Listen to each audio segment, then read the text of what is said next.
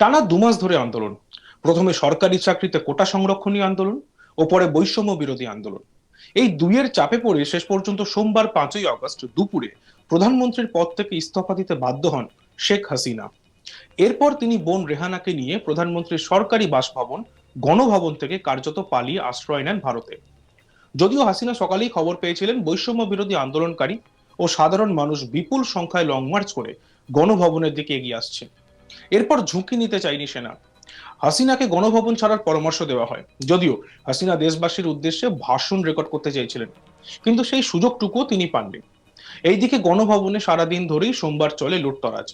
প্রধানমন্ত্রীর বাসভবনের সোফা থেকে শুরু করে বিভিন্ন সামগ্রী, শেখ হাসিনার শাড়ি, বাড়িতে থাকা রাজহাঁস, ছাগল সবকিছুই লুট করে নিয়ে যেতে দেখা যায় বিক্ষোভকারীদের।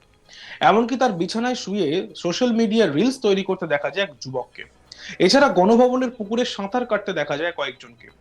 এরই মধ্যে একটি ভাইরাল ভিডিওতে দেখা যায় ঢাকার পথে এক যুবকের হাতে ধরা বাংলাদেশের পতাকা, আরেকটি হাত দিয়ে মাথায় একটি ট্রলি ব্যাগ ধরে রয়েছে।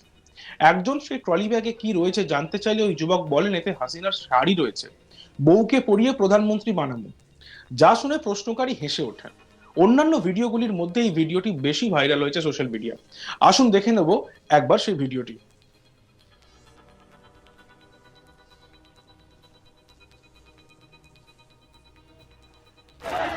এটা কি ভাইয়া? শাড়ি আছে শেখ হাসিনা পরে প্রধানমন্ত্রী বানাবে ইনশাআল্লাহ। এটা কি ভাইয়া? শাড়ি আছে শেখ হাসিনা পরে প্রধানমন্ত্রী বানাবে ইনশাআল্লাহ। এটা কি ভাইয়া? শাড়ি আছে শেখ হাসিনা পরে প্রধানমন্ত্রী বানাবে ইনশাআল্লাহ। এটা কি ভাইয়া? শাড়ি আছে শেখ হাসিনা পরে প্রধানমন্ত্রী বানাবে ইনশাআল্লাহ। এটা কি ভাইয়া? শাড়ি আছে শেখ হাসিনা পরে প্রধানমন্ত্রী বানাবে ইনশাআল্লাহ। বৈষম্য বিরোধী আন্দোলনকারীদের দাবি মেনে শেষ পর্যন্ত সোমবার 5ই আগস্ট প্রধানমন্ত্রীর পদ থেকে ইস্তফা দিয়ে বোন রেহানাকে নিয়ে দেশ ছেড়েছেন হাসিনা। এরপরই দেশে অন্তর্বর্তীকালীন সরকার গঠন করা হবে বলে জানিয়েছেন দেশের সেনাপ্রধান জেনারেল ওয়াকারুজ্জামান। এদিকে এই অন্তর্বর্তীকালীন সরকারের প্রধান মুখ হিসেবে উঠে আসছে দেশের নোবেলজয়ী অর্থনীতিবিদ মোহাম্মদ ইউনূসের নাম। ইতিমধ্যে মোহাম্মদ ইউনূসের নাম উঠে এসে এই অন্তর্বর্তীকালীন সরকারের প্রধান উপদেষ্টা পদের জন্য বলা হচ্ছে। এদিকে হাসিনার প্রধানমন্ত্রীর পদে পদত্যাগ করে দেশ ছাড়ার পর দ্য প্রিন্টকে দেওয়া একটি সাক্ষাৎকারে ইউনূস বলেন, এটা দ্বিতীয় স্বাধীনতা আমি গ্রহণ করলাম। ডক্টর ইউনূস বলেন, আমরা অধিকৃত দেশের মতো ছিলাম, তাদের মনোভাব ছিল একনায়কতন্ত্রের মতো, তারা সবকিছুই নিয়ন্ত্রণ করত। এখন বাংলাদেশের জনগণ স্বাধীন, এটা বাংলাদেশের দ্বিতীয় স্বাধীনতা। এখন আনন্দে মেতে উঠেছে সারা বাংলাদেশের জনগণ, সব জায়গায় আনন্দ মিছিল হচ্ছে। আন্দোলনরত সবাইকে আমি অভিনন্দন জানাচ্ছি। এদিকে এনাকেই অন্তর্বর্তীকালীন সরকারের প্রধান উপদেষ্টা হিসেবে চাইছেন আন্দোলনকারীরা। আমরা শুনে নেব এক আন্দোলনকারী এই বিষয়ে কি বলছেন।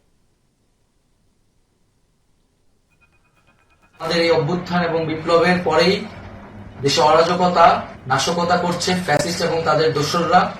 আমরা দেখতে পাচ্ছি যে বিভিন্ন জায়গায় এখন গোলাগুলি চলছে, মন্দিরে হামলা হচ্ছে এবং নাশকতা ও লুটপাট করছে। আমরা মনে করি আমাদের যে ছাত্র নাগরিকদের অভ্যুত্থান তাকে নস্যাৎ করার জন্যই পরিকল্পিতভাবে এই ধরনের ঘটনা হচ্ছে। আমরা মুক্তিকামী ছাত্র জনতাকে সজাগ এবং সতর্ক থাকতে আহ্বান জানাচ্ছি এবং আমাদের যে অন্তর্বর্তীকালীন সরকার, আমরা সেই সরকারের যে প্রস্তাবনা 24 ঘন্টার সময় নিয়েছিলাম, জরুরি পরিস্থিতি মোতাবেক আমরা এখনই তার একটি রূপরেখা ঘোষণা করছি। আমরা সিদ্ধান্ত নিয়েছি যে সর্বজন গ্রহণযোগ্য আন্তর্জাতিক খ্যাতিসম্পন্ন নোবেল পুরস্কার বিজয়ী ডক্টর মোহাম্মদ ইউনূসকে প্রধান উপদেষ্টা করে অন্তর্বর্তীকালীন সরকার গঠন করা হবে এবং ডক্টর মোহাম্মদ ইউনূসের সাথেও আমাদের কথা হয়েছে। তিনি ছাত্র জনতার আহ্বানে বাংলাদেশকে রক্ষা করতে এই গুরু দায়িত্ব নিতে সম্মত হয়েছে। আমরা সকালের মধ্যেই আমরা এই সরকার গঠনের প্রক্রিয়া দেখতে চাই। রাষ্ট্রপতির কাছে আহ্বান থাকবে যে দ্রুত সময়ের মধ্যে ডক্টর মোহাম্মদ ইউনূসকে প্রধান উপদেষ্টা করে অন্তর্বর্তীকালীন সরকার গঠন করা হোক এবং এই অন্তর্বর্তীকালীন সরকারের বাকি সদস্যদের নামও আমরা সকালের মধ্যে ঘোষণা করব। প্রিয় বন্ধুগণ, দেশে যে অরাজকতা চলছে, মানুষের জীবনের নিরাপত্তাহীনতা চলছে, সেজন্য আমরা রাষ্ট্রপতির কাছে আহ্বান জানাচ্ছি দেশে আইন শৃঙ্খলা পরিবেশ ফিরিয়ে আনার জন্য দ্রুত সময়ের মধ্যে কার্যকর ব্যবস্থা নিতে হবে এবং আইন শৃঙ্খলা বাহিনীকে সহযোগিতা করার জন্য মুক্তিকামী ছাত্র জনতাও রাজপথে থাকবে এবং অন্তর্বর্তীকালীন সরকার গঠন না হওয়া পর্যন্ত মুক্তিকামী ছাত্র জনতাকে রাজপথে থেকে তাদের যে অভ্যুত্থান সেই অভ্যুত্থানকে রক্ষা করতে হবে।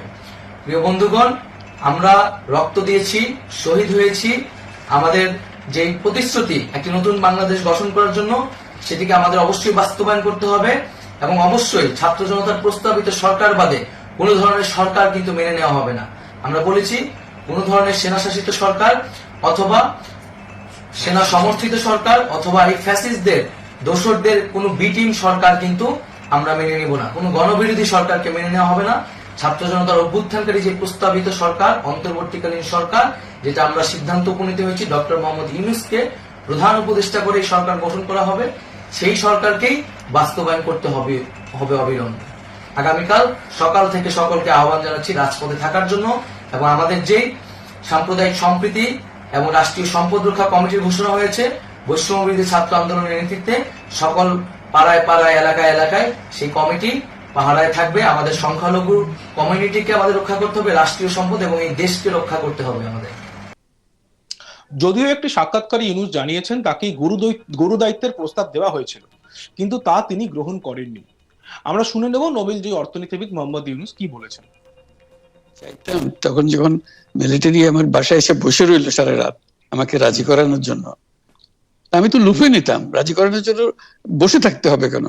আমি যদি ক্ষমতায় চাইতাম বলে আর চলেন চলেন, কি করতে, কি কোন জামাটা পড়তে হবে দেখিয়ে দেন, এখনই যাচ্ছি। আমি তো সেটা করিনি, তাদের সঙ্গে তর্ক করেছি, সারা রাত ধরে তর্ক করেছে যে না ভাই আমাকে দিয়েন না, আমি এই কাজের উপযুক্ত না, আপনারা অন্য লক্ষ্য যান। তারা আমার উপরে মন ঠিক করে ফেলেছে আমাকে নিতে হবে। আমি বারে বারে বলতেছি তাদেরকে, তারা নিরাশ হয়ে ফিরে গেল, বললো যে সকালবেলায় আবার আসবো, সকালবেলায় আসলে তখন আপনি আমাদেরকে বলেন যে রাজি আছেন। আমি বললাম না, সকালবেলা আসলে একই কথা পাবেন, কারণ আমি তো এটা এমন কিছু না যে মনের মধ্যে সন্দেহ রেখে দ্বন্দ্ব রেখে আপনাদেরকে বলছি, অত্যন্ত পরিষ্কার ভাবে আপনাদের কাছে বলছি। ঠিক আছে, তা না হলে তো আমি সঙ্গে সঙ্গে রাজি।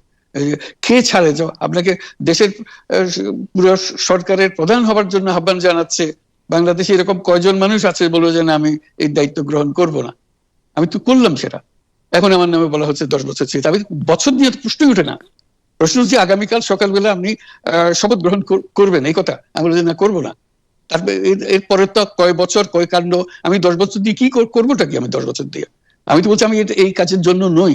দেশে আমার দেশ পরিচালনা করা আমার দায়িত্ব না, আমার কাজ না, আমি জানি না এটা কিভাবে করতে হয়। আমি যেটা জানি সেটা করি।